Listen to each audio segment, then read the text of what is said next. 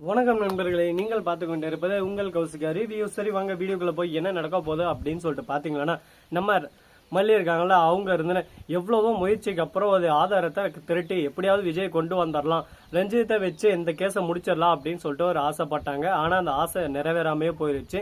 ஆனா இருந்தாலும் இந்த இடத்துல ஒரு பிளஸ் பாயிண்ட் கிடைச்சிருக்குங்க. என்னன்னு சொல்லிட்டு பாத்தீங்கன்னா, அதுக்கு முன்னாடியே நம்ம தேவசேனா இருக்காங்கல்ல, கலெக்ட் பண்ண வேண்டிய விஷயமெல்லாம் ரஞ்சிதன் கிட்ட இருந்து கலெக்ட் பண்ணிட்டாங்க.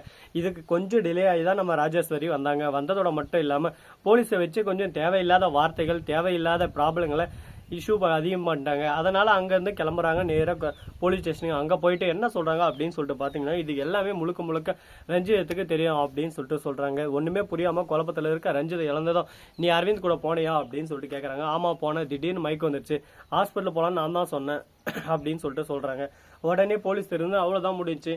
அதை விட்டுட்டு ஹாஸ்பிட்டலுக்கு போனதுக்கு நீ தேவையில்லாம வார்த்தையெல்லாம் விட்டுட்டியாமா, இது தப்பான வார்த்தை, ரஞ்சிதத்தோட அனுமதியோட தான் கூட்டிட்டு போயிருக்காங்க அப்படின்னு சொல்லிட்டு சொல்றாங்க. இப்ப எதுவுமே பேச முடியாம ராஜேஸ்வரி திருன்னு முழிக்கிறாங்க. ஒரு பக்கம் என்னடா இது, நாம ஒண்ணு நினைச்சா இது ஒண்ணு நடந்துச்சு, ஒரே இதுல பிரச்சனை முடிச்சிடலாம்னு சொல்லிட்டு பார்த்தா ஆனா பிரச்சனை இன்னும் மேலும் பெருசுதான் வளர்ந்துரும் போல இருக்கே அப்படின்னு சொல்லிட்டு குழப்பத்துல குழம்பி போயிட்டு இருக்காங்க.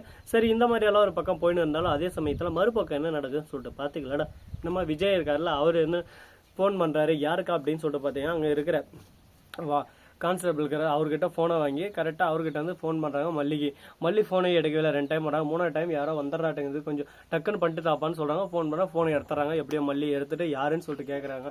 மல்லி நான் தான் விஜய் அப்படின்னு சொல்லிட்டு சொல்கிறாங்க. விஜய் எப்படி யார் ஃபோன் தந்ததா அப்படின்னு சொல்லிட்டு கேட்குறேன். இங்கே இருக்கிற எனக்கு ஃபோன் தந்தாரு அப்படின்னு சொல்லிட்டு சொல்கிறாங்க. கேட்கும்போது ரொம்ப சந்தோஷமா இருக்குது. பரவாயில்லையே, எப்படியோ ஒன்று நல்லபடியாக எல்லாமே நடந்தா சரி, நீங்கள் எதுக்கும் கவலைப்படாதீங்க, அவ்வளோதான், கேஸுக்கு தேவையான எல்லா ஆதாரமும் இப்போதைக்கு நாங்கள் திரட்டிட்டோம், இதுக்கு மேலே இந்த கேஸ் அப்படியே போகிறதுக்கு நான் விட மாட்டேன், அது எப்படியாவது உடச்சி உங்களை வெளியே கொண்டு வந்துடுவோம் அப்படின்னு சொல்லிட்டு, நீ கண்டிப்பாக அந்த கேஸை உடச்சி என்னை வெளியே கொண்டு வந்துடுவேன்னு எனக்கு தெரியும் மல்லி, அந்த முழு நம்பிக்கை எனக்கு இருக்கு அப்படின்னு சொல்லிட்டு சொல்லியிருக்காங்க. இது கேட்கும்போது ரொம்ப சந்தோஷமா இருக்கு. எப்படியோ உன்னோட நல்லபடியாக எல்லாமே இருந்தால் சந்தோஷம் தான். ஆனால் அது இருக்குமா இருக்காதா, இன்னும் என்னென்ன பிரச்சனையை கொண்டு வர போறாங்கன்னு சொல்லிட்டு தெரியலைங்க. எல்லாமே அந்த கடவுளுக்கு தான் வெளிச்சம்.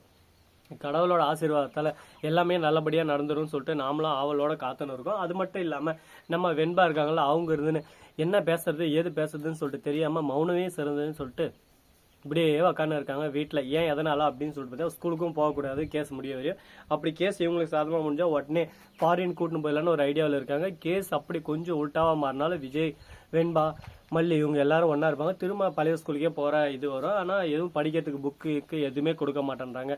ரொம்பவே டார்ச்சர் பண்ணுறாங்க. ஐயோ என்னடா இது, பச்சில குழந்தைய எந்த அளவுக்கு கஷ்டப்படுத்துறாங்களே அப்படின்னு சொல்லிட்டு இருக்கு. அந்த இடத்துல குழந்தைய எப்படி பாத்துக்கிறாங்க அப்படின்னு சொல்லிட்டு விசிட்டருக்கு கோர்ட்ல இருந்து ஆள் அமைச்சு வைக்கிறாங்க. ஆனா இவங்களுக்கு அந்த விஷயம் தெரியாது. போய் பார்த்தா வெண்பா என்னமே பண்ண முடியாம ரொம்பவே சோதனைல ஃபீல் பண்ண உட்காந்து இருக்காங்க. அதை பார்த்தா அவங்க இருந்து என்ன இந்த மாதிரி எல்லாம் குழந்தை வச்சுன்னு இருக்கீங்க, உங்களுக்கு யார் இதுக்கெல்லாம் பர்மிஷன் கொடுத்தது அப்படி இப்படின்னு சொல்லிட்டு திட்ட ஆரம்பிச்சிடாங்க. என்ன பேசுறது ஏது பேசுறதுன்னு சொல்லிட்டு தெரியாம சைலண்டா இருக்காங்க. மேடம் எங்க மேலதான் தப்பு, எங்களை மன்னிச்சிருங்க அப்படின்ற மாதிரி ஒரு பக்கம் பாவனை காட்ட ஆரம்பிக்கிறாங்க.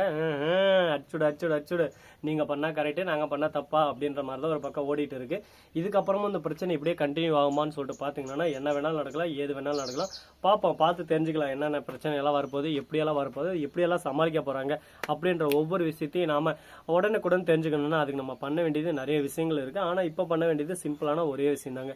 அது என்னன்னு சொல்லிட்டு பாத்தீங்கன்னா, அதுக்கு முன்னாடி நம்ம கதிரேசன் பயத்துல உறைஞ்சு போயிடுறாரு. என்னடா இது இப்படி வந்து திடீர்னு மாஸ்க் காட்டுறாங்களே, திடீர்னு வெண்பா கூட்டிட்டு போயிடணும், வெண்பா அவங்க பார்த்தது சரியில்லைன்னு சொல்லிட்டு என்ன பண்ண சொல்லிட்டு காசு அவங்களுக்கு கொடுக்குறாங்க. காசு வாங்கி என்ன ரத்தம் லஞ்சத்துக்கு வேலை செய்யற மாதிரி தெரியுதா, நான் என் வேலைக்காக உண்மையா இருக்கிறவன், என்னைக்கு நான் லஞ்சத்துக்காக வேலை செய்ய மாட்டேன் அப்படின்னு சொல்லிட்டு மூஞ்சி மேல சொல்லிட்டாங்க. ஒன்றும் பண்ண முடியாது, இதுக்கு மேல எல்லாமே ஆண்டவன் விட்ட வழிதான் சொல்லிட்டு கதிரேசனும் மௌனம் ஆயிடுறாரு. கதிரேசா இதோட உன் ஆட்டம் முடிஞ்சிராசா, இதுக்கு மேல நீ எதனா பொய்யா எதனா இதை காட்டுவா, இதுக்கு மேல உன் பருப்பே வேகாதுங்க, பருப்பெல்லாம் அடிச்சு உடைக்க போறாங்க. ஸோ நண்பர்களே, இந்த வீடியோ பிடிச்சிருந்தா லைக் பண்ணுங்க, கமெண்ட் பண்ணுங்க, ஷேர் பண்ணுங்க, டிண்டிங் மேல தட்டி விட்டு போங்க. அப்பதான் நான் போற அடுத்த வீடியோ உங்களுக்கு உடனுக்குடன் நோட்டிபிகேஷன்ல வந்து கொண்டே இருக்கும். மிக்க நன்றி. தேங்க்ஸ் ஃபார் வாட்சிங். Tata, see you. நன்றி, வணக்கம், வந்தனம், வருக தருக.